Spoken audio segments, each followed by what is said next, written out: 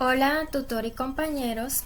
El tema que vamos a exponer es riesgo físico y mi grupo está conformado por Maide Pereira Álvarez, Leidis Díaz López, Paula Ortega Lobo y Adriana González y mi persona María Michelle Banda Pérez. Bueno, el riesgo físico es la probabilidad de que una sustancia, de que un objeto, de que un fenómeno pueda desencadenar, pueda ocasionar daños en la salud de los trabajadores, en la salud de las personas. Los factores de riesgo físico son aquellos factores como son iluminación, ruido, vibración, radiaciones ionizantes, radiaciones no ionizantes, temperaturas altas, carga física, que actúan sobre los tejidos y los órganos de las personas, y que si existe una exposición prolongada, una exposición continua, una exposición intensa, se pueden presentar problemas o daños en la salud de los trabajadores. Bueno, les voy a hablar del factor de riesgo físico, iluminación. La iluminación es la cantidad de luminosidad presente en el sitio de trabajo. Es decir, debe haber una iluminación adecuada, ya que si se presenta un exceso o una deficiencia, se pueden ocasionar daños en la salud de los trabajadores, tales como fatiga visual, cansancio, estrés, dolor de cabeza. También se pueden presentar accidentes y hasta posturas no adecuadas por falta de iluminación. Los estándares de iluminación se establecen de acuerdo al tipo de tarea visual que el empleado deba realizar. Cuanto mayor sean los detalles, cuanto mayor sea la concentración, es necesaria una mayor iluminación,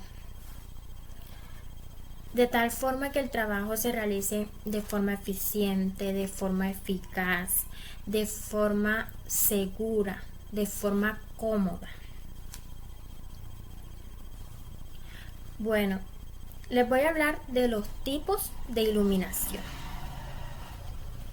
Dentro de los tipos de iluminación encontramos la iluminación natural y la iluminación artificial. La iluminación natural es aquella procedente de la luz diurna. Se caracteriza por producir menos cansancio visual y es la más económica. También es importante saber que esta varía según la hora del día y según la ubicación.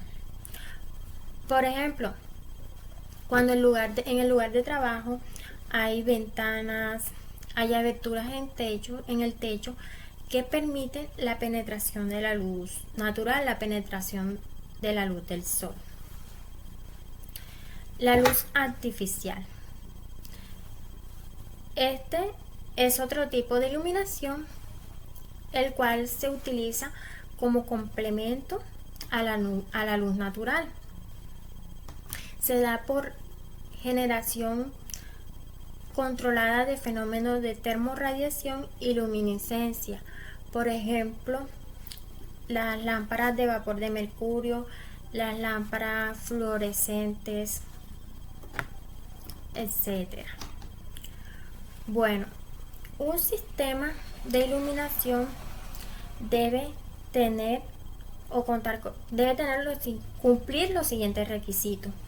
Uno de los requisitos es que debe ser suficiente, de manera que cada bombilla proporcione la cantidad de luz que se requiere en el puesto de trabajo. Debe ser constante y debe estar uniformemente distribuida, de manera que se eviten los deslumbramientos. También se deben evitar los contrastes de luz violentos y las posiciones de claro y oscuro.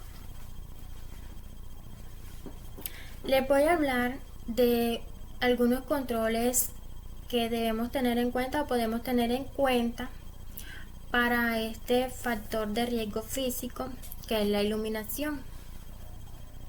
Uno de ellos es utilizar al máximo la iluminación natural, manteniendo los vidrios de las ventanas limpios.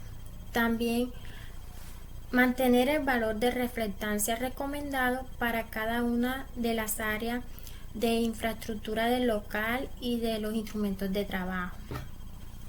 Adecuar la calidad y la cantidad de luz de acuerdo al trabajo que se va a realizar, grado de exactitud, detalle, tiempo de exposición.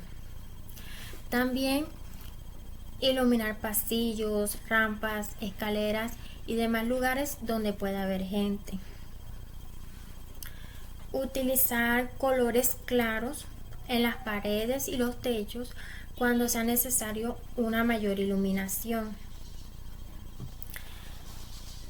Otro control es implementar un programa de mantenimiento de conservación visual para el personal de las áreas críticas, que tenga en cuenta variables como edad, nivel de daño, exposición, tiempo de exposición.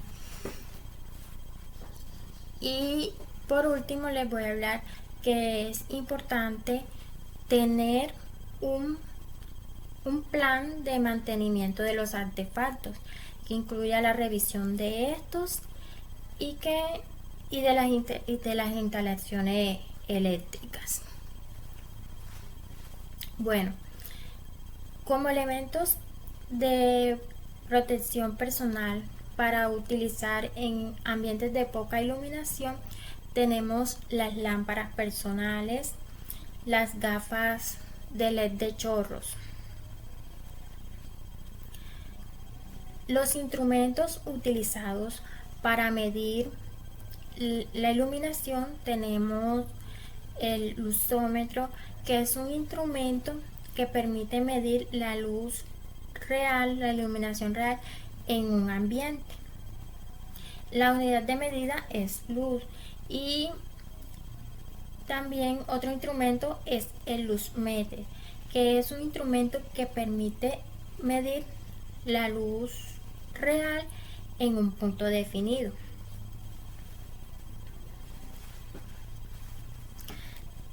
Les voy a hablar de otro factor de riesgo físico, que es el ruido. El ruido es un sonido no deseado que puede ocasionar daños fisiológicos, daños psicológicos. El ruido tiene tres características: intensidad, frecuencia y timbre. La intensidad es la potencia acústica transmitida en unidad de superficie. La frecuencia, el número de oscilaciones por segundo. El timbre, todo sonido tiene una frecuencia fundamental y otros componentes. El conjunto de estos componentes son llamados armónicos y constituyen el timbre. Les voy a hablar de los tipos de ruido. Existe el ruido continuo, el ruido intermitente y el ruido de impacto. El ruido continuo es aquel que se da de forma constante, de forma prolongada en el lugar de trabajo. Por ejemplo, el ruido de los motores eléctricos.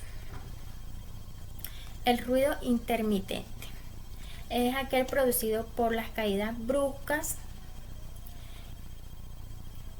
hasta el nivel del ambiente de forma intermitente hasta hasta alcanzar su nivel superior, por ejemplo, el accionar de un taladro. Y por último, el ruido de impacto. Se produce por una elevación brusca del ruido. Este se puede dar en 35 milisegundos como mínimo, por ejemplo, el abrir una puerta, el cerrar una puerta. El ruido puede tener efectos auditivos y efectos no auditivos. Dentro de los efectos auditivos tenemos la disminución de la audición, pérdida auditiva, también los zumbidos.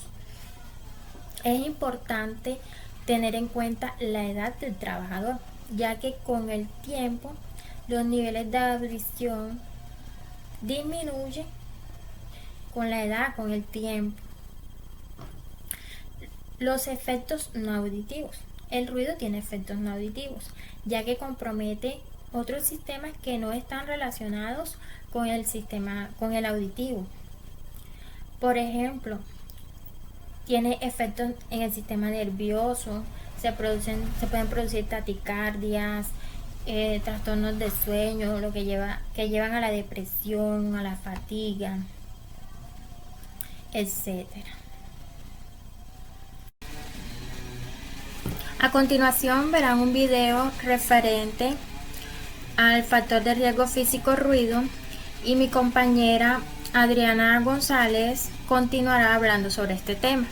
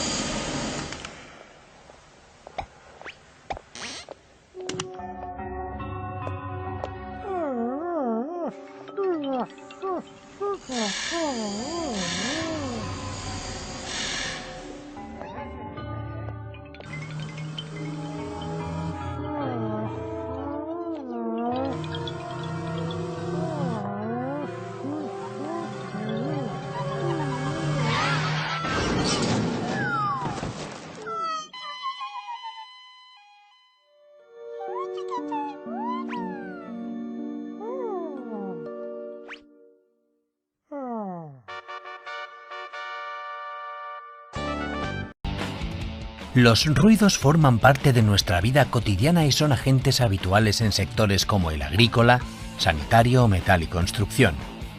En muchas ocasiones estos ruidos son agresivos para las personas tanto en su ambiente laboral como extralaboral, lo que conlleva a que sea uno de los contaminantes principales. Las fuentes de ruido en las obras de construcción son generadas por tareas realizadas y ambiente de trabajo físico, equipos de trabajo, vehículos, radiales, compresores, etc. y materiales utilizados. Otras actividades concurrentes en la obra. La exposición de los trabajadores al ruido, ya sea de forma prolongada o breve a ruidos intensos o de impactos, provoca efectos nocivos en la salud de los trabajadores, principalmente pérdida auditiva y otros efectos adversos como el estrés, problemas circulatorios, trastornos digestivos, insomnio, irritabilidad, etc., siendo alguno de ellos irreversible.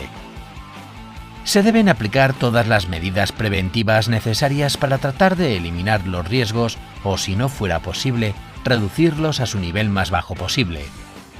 Dichas medidas son las siguientes. Medidas técnicas.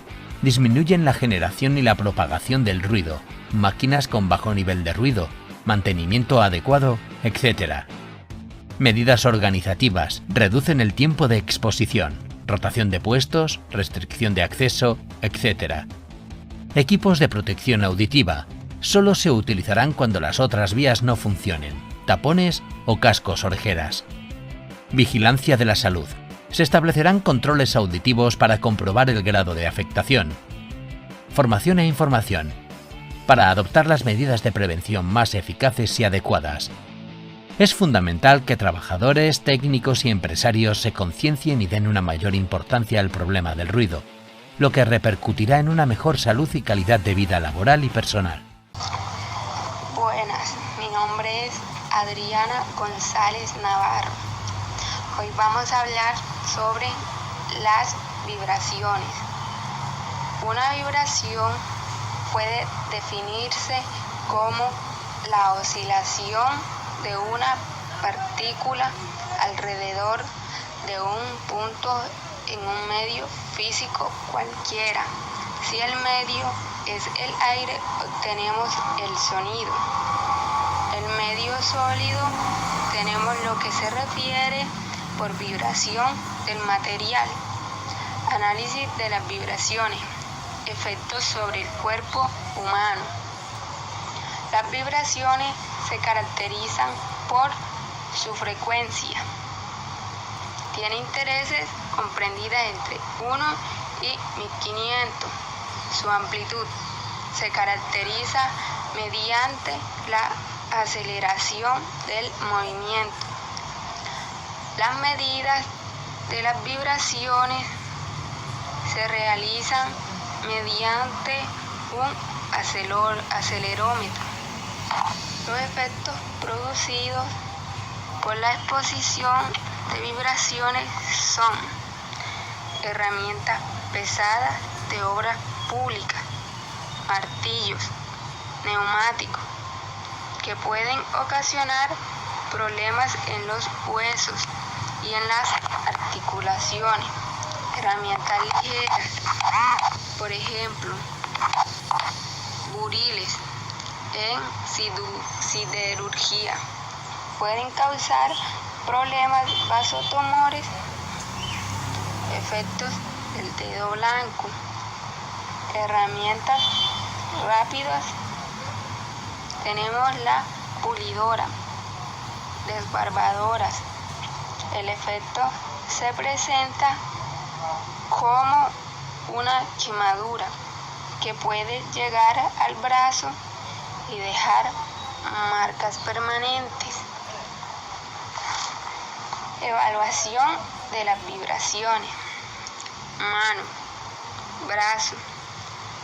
Para valorar las exposiciones a las vibraciones transmitidas al subsistema mano-brazo, pueden utilizarse los criterios de la Conferencia Americana de Higienistas Industriales Gubernamentales, que están basados en las normas ISO 5349 de 1986 y el Instituto Nacional Americano de Normalización S334 1986. Los valores máximos de aceleración se indican en la siguiente tabla. Duración de la exposición hora por día: 4 a 8, 2 a 4, 1 a 2. Menos de un día. Aceleración máxima. Control de las vibraciones. Control de la vibración emitida.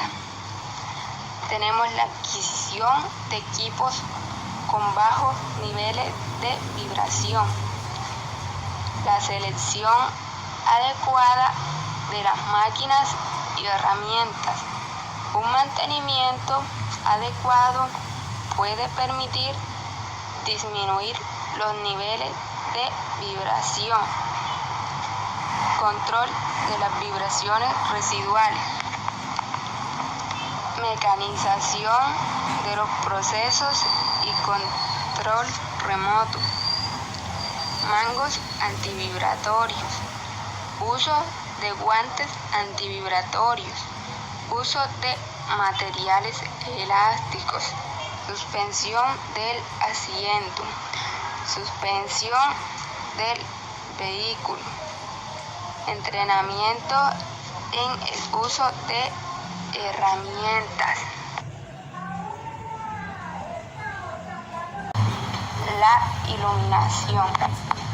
La iluminación es uno de los factores ambientales que tiene como principal finalidad el facilitar la visualización de las cosas dentro de un contexto espacial, de modo que el trabajo se pueda realizar en condiciones aceptables de eficacia, comodidad y seguridad.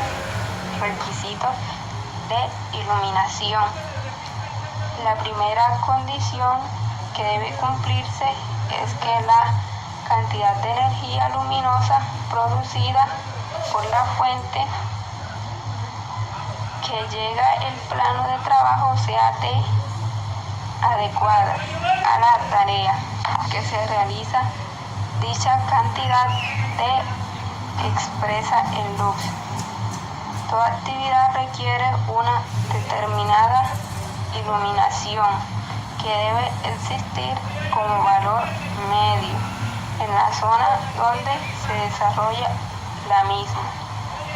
Este valor depende de los siguientes factores: el tamaño de los detalles, la distancia entre ojo y objeto, el contraste entre el detalle y el fondo sobre el que se destaca, la rapidez de movimiento del detalle, la edad del observador, los niveles de iluminación mínimo aparecen en el anexo 5 del RD 486-97.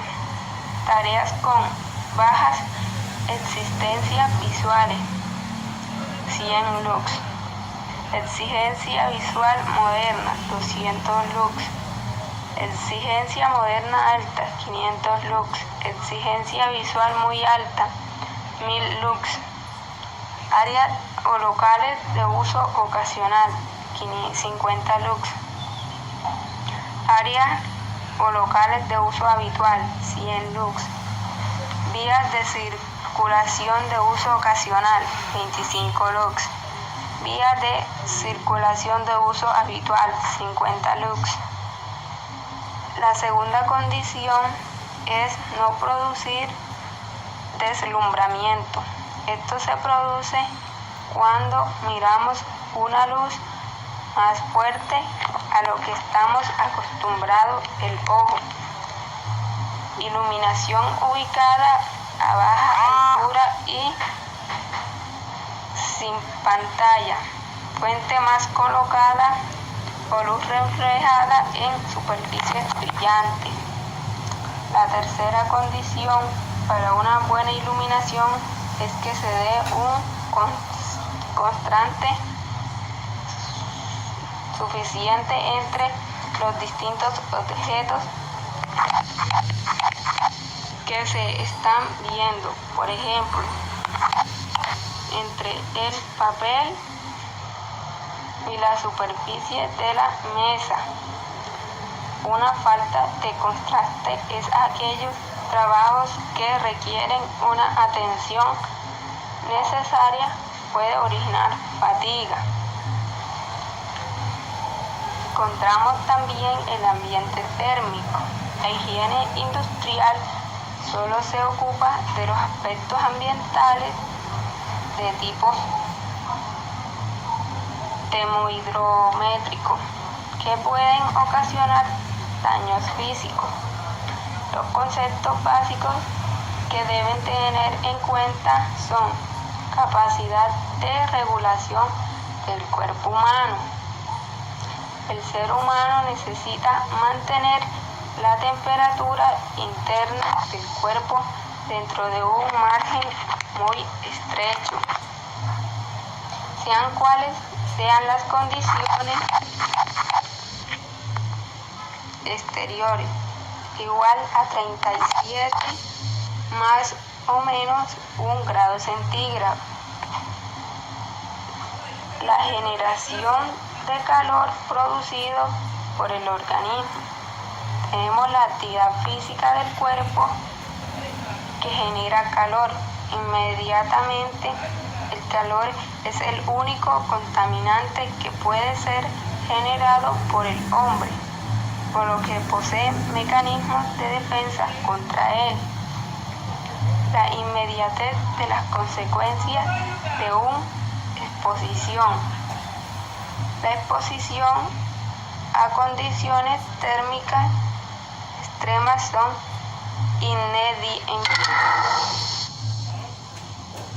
intercambios térmicos. Mediante la actividad física, el ser humano genera calor.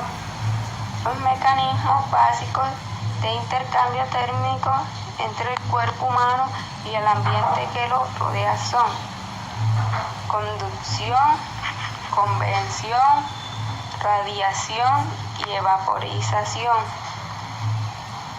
El balance térmico se consigue cuando la suma del calor perdido o ganado por el cuerpo a través de estas 4 vías debe ser 0 para mantenerse a una temperatura de 37 grados centígrados.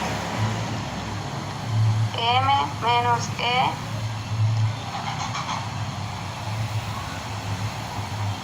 C R igual a 0.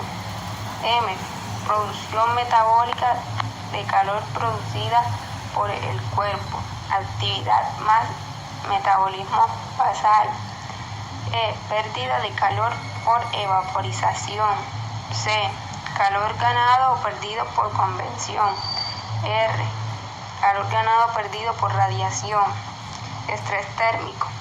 Calor metabolismo más calor ganado igual aire más radiación de objetos menos sudoración mayor que 0. Estrés por frío. Calor, metabolismo, calor perdido, convección más radiación del propio cuerpo. Cuando se produce esta situación, el cuerpo humano tiende a reaccionar con un vasoconstricción sanguíneo, desactivado de glándulas sudorarias, disminución de la circulación sanguínea periférica, tiritona, producción de calor. Índices utilizados para la valoración del frío. Los criterios técnicos para la evaluación de estrés por frío están destinados a impedir que la temperatura interna del cuerpo descienda por debajo de los 360 grados y prevenir las lesiones por frío en las extremidades interiores. Medidas preventivas. En estos casos normalmente no pueden modificarse las condiciones ambientales. La protección debe basarse en el empleo de ropas adecuadas, formación, diseño de los equipos de trabajo y limitar el tiempo de exposición con pausas e intervalos regulares. Radiaciones.